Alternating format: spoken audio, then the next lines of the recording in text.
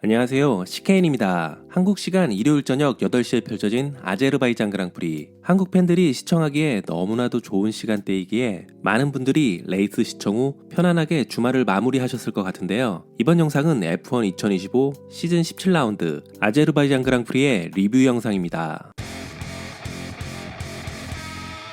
이번 아제르바이잔 그랑프리의 퀄리파잉을 표현한다면 강한 자가 살아남는 것이 아니라 살아남은 자가 강한 것이다 라는 말이 딱 어울릴 것 같은데요. 프랙티스 세션까지만 해도 별다른 사고 없이 조용히 지나갔습니다. 하지만 퀄리파잉은 완전히 달랐는데요. F1 역사상 가장 혼란스러운 장면들이 펼쳐졌고 무려 6번의 레드 플래그가 나오면서 세션은 2시간이 넘게 이어졌습니다. 그리고 이 대혼돈을 끝낸 건 역시 슈퍼막스 베르스타펜이었습니다. Q3 단 한 번에 주어진 기회에서 1분 41초 117을 찍으며 사인스를 0.478초로 따돌리고 폴 포지션을 차지했습니다. 윌리엄스의 11년 만에 폴 포지션을 안겨줄 뻔했던 사인스는 아쉽게도 베르스타펜의 압도적인 주행에 밀려 2위를 차지하였지만 팀의 올 시즌 첫 프론트 로우 스타트를 안겼습니다. 레이싱불스의 로슨 역시 올 시즌 최고의 퀄리파잉 성적인 3위를 기록하며 일요일에 펼쳐지는 레이스에 큰 기대감을 갖게 하였습니다. 이번 퀄리파잉에서는 Q1에서 3번, Q2에서 1번, 그리고 마지막 Q3에서 2번의 레드 플래그가 선언이 되었는데요. 특히 Q3에서는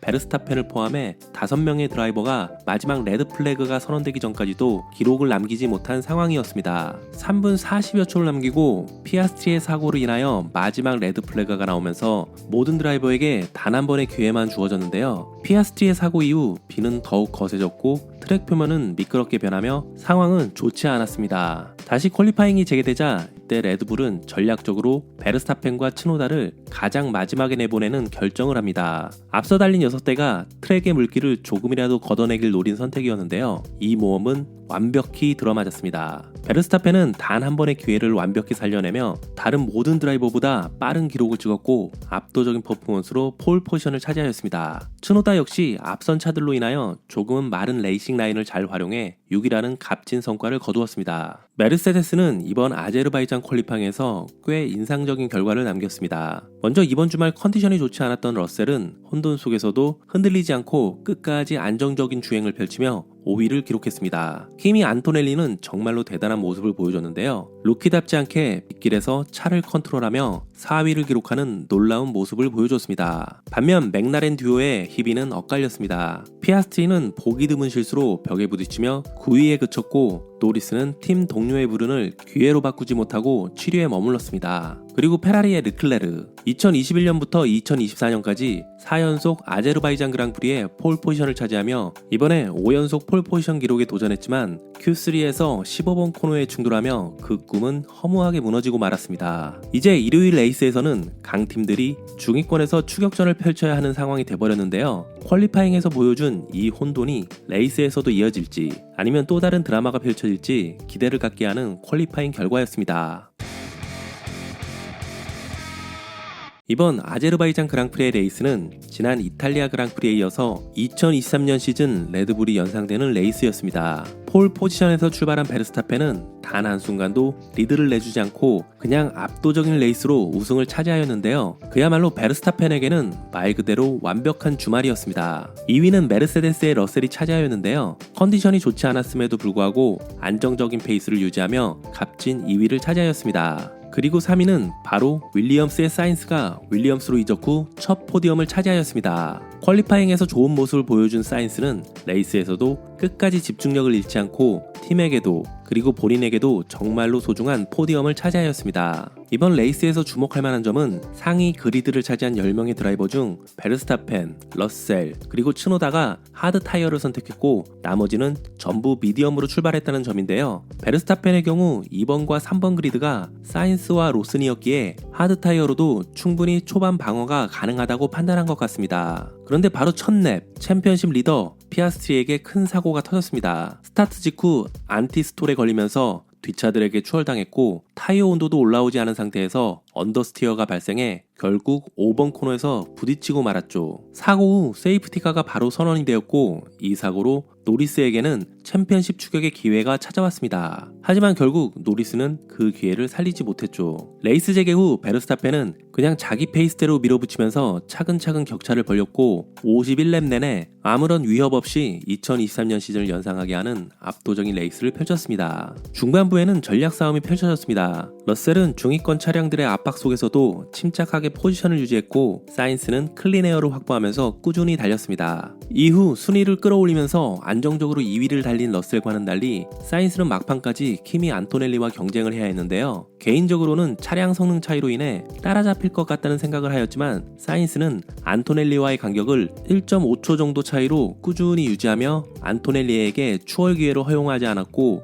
결국 포디엄을 차지하였습니다. 키미 안토넬리는 끝까지 사인스를 추격하였지만 결국 1.5초의 격차를 줄이지 못했는데요. 그래도 4위라는 좋은 성적으로 이번 그랑프리를 마쳤습니다. 후반부는 5위 싸움이 진짜 재밌었는데요. 5위 로슨과 8위 해밀턴까지 2초대의 간격으로 레이스 막판까지 5위 싸움이 펼쳐졌습니다. 로슨 뒤로 해밀턴까지 DRS 트레인을 형성했지만 로스는 끝까지 방어에 성공하며 5위를 차지하였습니다. 츠노다가 올 시즌 레드불에서 최고 성적인 6위, 그리고 츠노다를 막판까지 추격하였지만 결국 추월에는 실패한 노리스가 7위, 르클레르와 포지션 수합을 하면서 노리스를 추격한 해밀턴 역시 추월에 실패하며 8위를 차지하였습니다. 르클레르가 9위, 그리고 하자르가 10위로 마지막 1포인트를 가져갔습니다.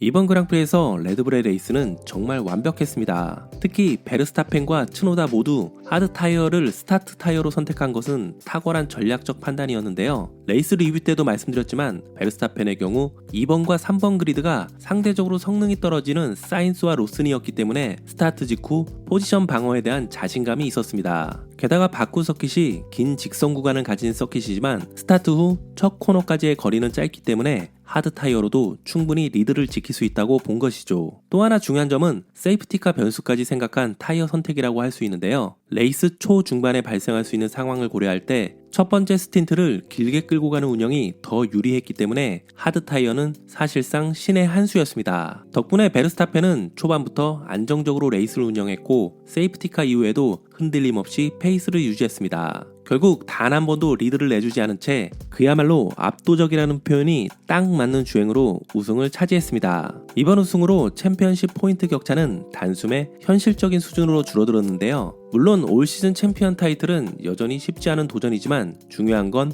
맥라렌 듀오가 이제 뒤에서 추격하는 베르스타펜의 존재를 항상 의식해야 한다는 것입니다. 이 압박감이 앞으로 어떤 영향을 미칠지 매우 흥미로운 관전 포인트가 될 것 같습니다. 그리고 팀 동료 츠노다, 베르스타펜과 마찬가지로 레이스를 하드 타이어로 시작해 안정적인 첫 번째 스틴트를 소화했고 이후 미디엄으로 바꾸면서 꾸준히 페이스를 유지했습니다. 무엇보다도 눈부셨던 장면은 바로 노리스의 압박을 끝까지 막아낸 장면입니다. 노리스는 더 신선한 타이어를 가지고 있었지만 츠노다는 단 한 번도 틈을 내주지 않았습니다. 레이스 막판까지 침착하게 라인을 지키며 결국 6위를 지켜냈는데요. 물론 레이싱불스의 로슨보다 뒤처진 것은 분명 아쉽긴 하지만 레드불의 업데이트가 2대의 차에서 모두 효과를 발휘했음을 증명했다는 점에서 굉장히 의미 있는 결과라고 할 수 있을 것 같습니다. 이번 주말 러셀은 사실 최상의 컨디션이 아니었습니다. 레이스 직후 화면에 잡힌 그의 모습은 마치 당장이라도 쓰러질 듯 지쳐 있었죠. 하지만 그런 악조건을 극복하며 2위라는 놀라운 결과를 만들어냈습니다. 러셀의 성공 비결은 전략적 선택에 있었는데요. 베르스타펜과 마찬가지로 하드 타이어 스타트를 택해 초반 스틴트를 길게 가져갔고 이를 통해 타이어를 효율적으로 관리하며 경쟁자들보다 유리한 포지션에서 레이스를 운영할 수 있었습니다. 그 결과 결국 사인스를 제치고 2위를 지켜냈는데요. 특히 인상적인 장면은 피트스탑 직전이었습니다. 피트레인 입구에서 시간을 단축하기 위해 속도를 가능한 늦게까지 줄이지 않고 밀어붙이는 모습이 화면에 잡혔는데요. 바쿠시티 서킷의 피트레인 입구는 실수하면 큰 사고로 이어지기 쉬운 구간이지만 러셀은 과감한 선택으로 리스크를 감수했습니다. 이 장면은 러셀이라는 드라이버가 가진 대담함과 집중력, 그리고 팬들이 그를 좋아할 수밖에 없는 매력을 단적으로 보여줬습니다. 이번 레이스는 러셀이 가진 냉철한 전략적 감각, 그리고 강한 멘탈을 다시 한번 증명한 순간이었습니다. 그리고 키미 안토넬리, 최근 몇 차례 그랑프리에서 다소 부진한 성적을 보이며 우려가 있었던 것도 사실입니다. 하지만 이번 주말은 완전히 달랐는데요. 퀄리파잉에서 인상적인 랩을 기록하더니 레이스에서도 루키답지 않은 성숙한 경기 운영을 보여줬습니다. 이번 그랑프리에서 메르세데스는 안토넬리에게 상대적으로 불리한 미디엄 하드 전략을 맡겼는데요. 초반 미디엄 타이어 구간에서 타이어 마모 관리가 쉽지 않았음에도 안토넬리는 흔들림 없는 페이스를 유지했고 하드 타이어로 전환한 뒤에도 꾸준히 페이스를 유지하였습니다. 혹시 사인스를 추월하여 포디엄에 오르지 않을까 하는 기대감도 있었지만 그래도 4위라는 좋은 성적으로 이번 레이스를 마쳤습니다. 무엇보다도 눈에 띈 점은 루키라면 흔히 보이는 실수가 없었다는 사실인데요. 앞으로 컨스트럭터 2위 경쟁이 점점 치열해질 텐데 만약 안토넬리가 이런 퍼포먼스를 계속 보여준다면 메르세데스는 단순히 포인트 쌓는 것을 넘어 경쟁자들보다 확실한 우위를 점할 수 있을 것 같습니다.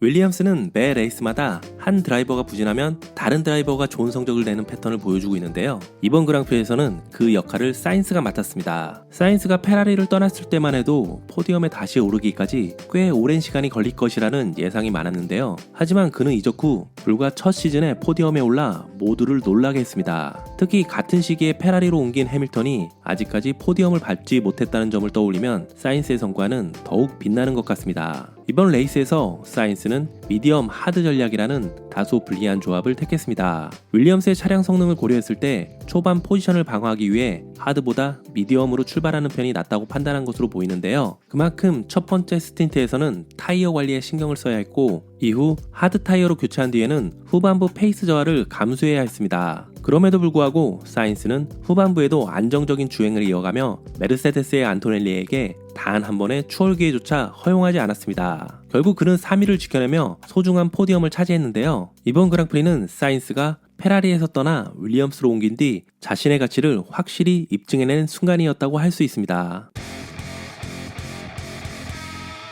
맥라렌은 이번 그랑프리에서 사실상 컨스트럭터 챔피언십 우승 확정을 노렸을 텐데요. 그러나 그 순간은 아쉽게도 다음 무대인 싱가포르로 미뤄지게 됐습니다. 올 시즌 최고의 차량을 갖췄다는 점에서는 의심의 여지가 없지만 직선 속도와 추월 성능의 한계는 이번 바쿠에서 뼈아픈 약점으로 드러났습니다. 특히 퀄리파잉에서 원하는 그리드를 확보하지 못했을 때 이 약점은 레이스 내내 발목을 잡았습니다. 그리고 이번 주말 가장 큰 충격은 바로 피아스트리였습니다. 그동안 차갑고 침착한 레이스 운영으로 아이스맨이라는 별명까지 얻었던 그는 이번 바쿠에서 믿기 힘든 모습으로 무너져 내렸습니다. 프랙티스부터 벽과 여러 번 접촉하며 불안한 신호를 보였고 퀄리파잉에서는 큰 사고로 좋은 그리드를 확보할 수 없었습니다. 레이스에서는 스타트에서 안티스톨이 걸리며 포지션을 잃었고 이어진 첫 랩 충돌로 그대로 레이스를 마감하고 말았습니다. 결국 이번 그랑프리는 피아스트리에게 모든 것이 어긋난 주말 그리고 스스로 기회를 놓쳐버린 뼈아픈 주말로 남게 됐습니다. 한편 노리스에게는 이번 그랑프리에서 피아스트리와의 챔피언십 격차를 좁힐 절호의 기회가 찾아왔는데요. 하지만 그는 이 기회를 끝내 살리지 못했죠. 7번 그리드에서 출발한 노리스는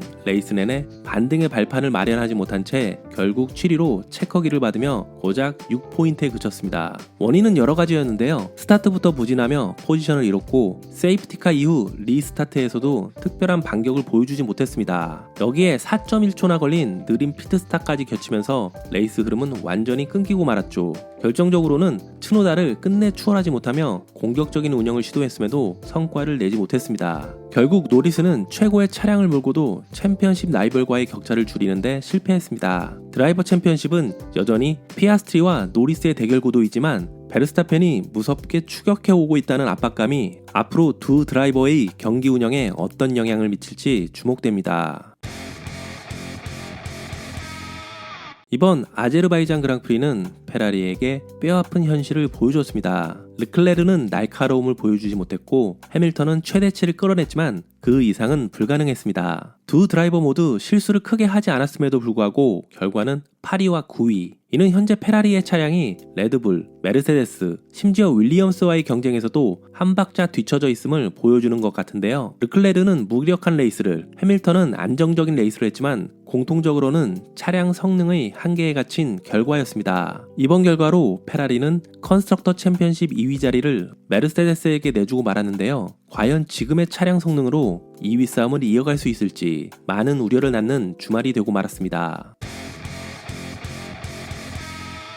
이번 레이스, 레이싱불스도 정말로 잘했는데요. 레이싱불스는 이번 아제르바이잔 그랑프리에서 5위와 10위 더블 포인트 피니시라는 값진 성과를 거뒀습니다. 먼저 로스는 이번 레이스에서 정말로 훌륭한 운영을 선보였습니다. 스타트부터 불필요한 리스크를 피하며 포지션을 유지하였고 레이스 전반을 통틀어 단 한 번도 큰 실수를 범하지 않았습니다. 특히 인상적이었던 점은 자신보다 빠른 차량을 가진 드라이버들 사이에서도 차분하게 레이스를 풀어가는 모습이었습니다. 로스는 레이스 막판까지 치열한 5위 싸움을 했는데요. DRS를 열고 따라오는 츠노다를 완벽하게 방어해내며 본인의 올 시즌 최고의 성적을 이뤘습니다. 그리고 또 한 명의 루키 하자르. 그는 레이스 내내 중위권 트래픽 속에서 고군분투했지만 끝까지 집중력을 잃지 않고 안정적인 운행을 펼치며 소중한 1포인트를 가져갔습니다.